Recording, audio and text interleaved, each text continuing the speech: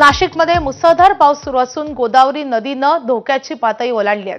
नाशिकमध्ये गेल्या 24 तासात 120 मिलीमीटर पावसाची नोंद झाली आहे।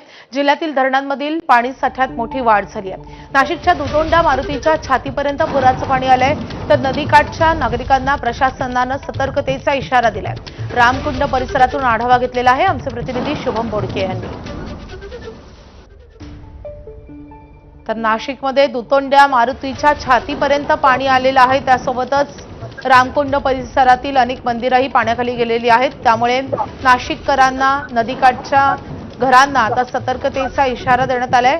नाशिकमध्ये गेल्या 24 तासात मुसळधार पाऊस सुरू आहे। पावसाची संततधार सुरू आहे। गेल्या 24 तासात 120 मिलीमीटर पावसाची नोंद झाली आहे आणि त्यामुळे एकीकडे जिल्ह्यातील धरणांमधील साठ्यातही मोठी वाढ झाली आहे।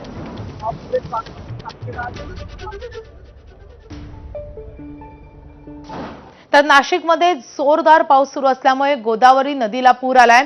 गोदावरी नदीनं धोक्याची पातळी ओलांडली आहे। प्रशासन देखील सतर्क झालं असून नाशिक पोलीस आयुक्त संदीप कर्णिक यांनी रामकुंड परिसरात पूर परिस्थितीचा आढावा घेतलाय। नागरिकांनी घरातच राहावं, जीव धोक्यात घालू नये असं आवाहन त्यांनी केलंय। तर नाशिक पोलीस देखील शहरातल्या वाहतुकीच्या परिस्थितीवर लक्ष ठेवून आहेत।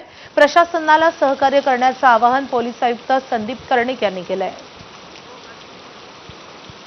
सर्व ठिकाणी ज्या ठिकाणी पाणी जास्त होत आहे त्या ठिकाणी आमचे लोक कंटिन्यूस मॉनिटरिंग करत आहेत। Control room, police control room आहे, कॉर्पोरेशनचा कंट्रोल रूम आहे, डिझास्टर मॅनेजमेंटचा कंट्रोल रूम ते मॉनिटर करतोय आणि ज्या ठिकाणी पाणी जाईल त्या ठिकाणी ट्रॅफिक डायव्हर्ट करणं किंवा त्या ठिकाणी जर पाणी साचत असेल तर त्या ठिकाणी कुठलाही प्रकारचा काही इन्सिडेंट होऊ नये यासाठी डिप्लॉयमेंट करणं पोलीसची, अशा प्रकारचे आमचे